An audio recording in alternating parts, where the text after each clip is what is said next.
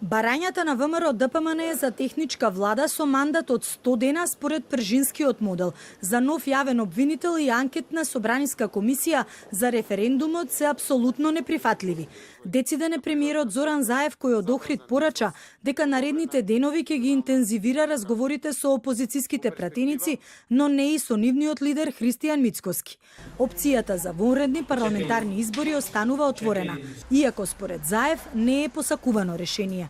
Јас се надевам дека ќе имаме можност да соопштиме дека се обезбедило мнозинство повеќе од потребното двотретинско мнозинство. Тогаш е нормално, тогаш е добро за државата и на вистина Македонија нема да загуби непотребни месеци, но секако остануваат отворени прашањата да се решава целата оваа ситуација, да се решава преку вонредни парламентарни избори кои што не ги посакува.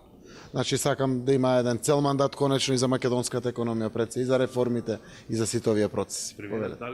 Штабовите на двете најголеми политички партии во земјава вчера го запалија алармот за подготовка на изборна кампања, откако ги консолидираа своите позиции, дали е можен договор за уставни измени или ќе се оди на избори. Раководството на ВМРО ДПМН е за предвремени избори, но само со претходно исполнети барања. Да се формира во собранието анкетна комисија составена од пратеници.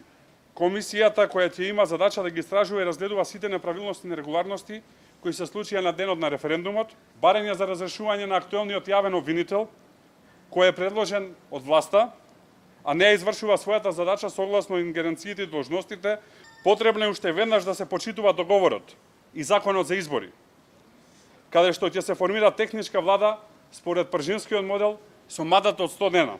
Извршниот комитет на партијата вчера заклучи дека референдумот пропадна и дека спогодбата со Грција е политички мртва.